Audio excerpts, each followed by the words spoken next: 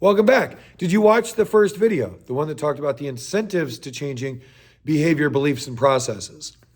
If you haven't, go back and watch that, because now we're going to do the other side of that. Okay, so sometimes we know what to do and we just don't do it. Sometimes we're afraid of doing it. Sometimes we just don't think it all the way through. We always think one-sided, we're temporarily motivated, but we don't have a plan to really base our decisions on and know the right decisions to make in the moment. So the question we have today is, what are your risks? What are the risks associated with changing your behaviors, your beliefs, and your processes? So what does that mean? Now, you might know, and you can just pause the video and you can fill this out. Otherwise, we're going to take a minute and fill this out. So when we start thinking about our behaviors and the risks associated with it, we don't know what we don't know. So there can be a certain level of fear, even though we're excited about it, if it'll work again, right? We might say, oh man, I'm tired of failing. I'm just going to keep doing this. I'll do something. Something is better than nothing. I feel good. But we don't want to feel bad, right? And so we kind of convince ourselves otherwise. And our behaviors in association with the risks, we haven't learned the new behaviors yet. So we might take too much on too soon. We might not know how to interact with others with our new behaviors, try to kind of create our world around us and maybe some boundaries or barriers for these new decisions. Maybe we've never had to create a new habit. Maybe we've never actually thought about it. We've just kind of gone through life and taken it one step at a time, but really never thought about it, never set goals. And now we're in this position where the time has come for us to make some changes for ourselves, and we don't know how to do it. Okay, so again, like I mentioned in the previous video, we have in-depth programs. If you've been through those programs, awesome. If not, you can get involved in the conversation and let me know, and I can share some links with those with you. And you can begin to take a deeper look at yourself in regards to your behaviors, in regards to health and fitness. So once you've taken a moment to think about the risks associated with the behaviors, let's think about the risks associated with the beliefs.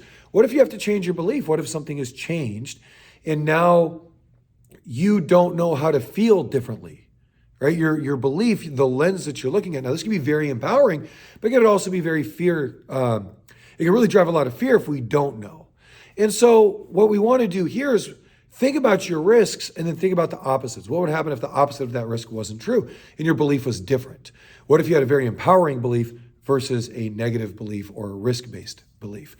And then last, what about your processes? Everything we do now, we once didn't do. We didn't know. We didn't have time constraints. We didn't know how to cook. We didn't know how to exercise. We didn't know how to move.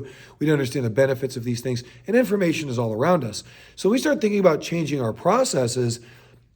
This might become overwhelming, especially if you're a creature of habit, which most of us are.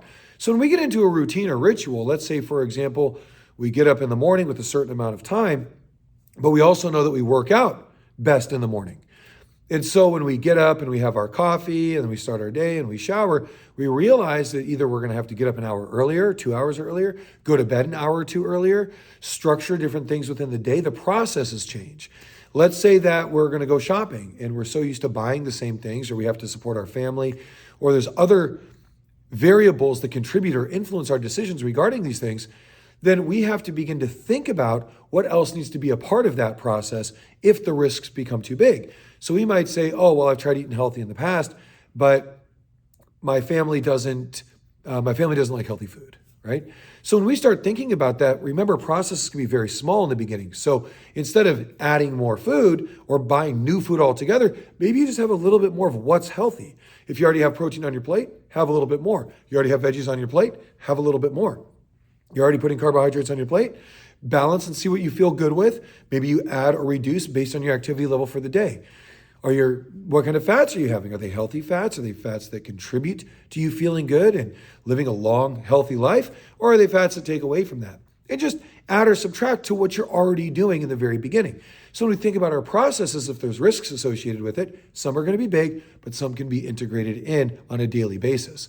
So think about the risks associated with your behaviors, beliefs, and processes in regards to change, and get a clear picture. So in the previous video, we talked about the incentives. This video, we're talking about the risks. You want to make sure that you have a balance of both. So when you make your decision, you can find the best overlap, the best low-hanging fruit, and the one that's going to be easiest to integrate into your life on a daily basis.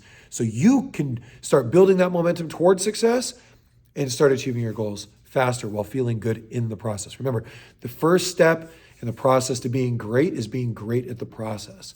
Before that, you got to know yourself. So take a moment, answer these questions, and I'll see you in the next video.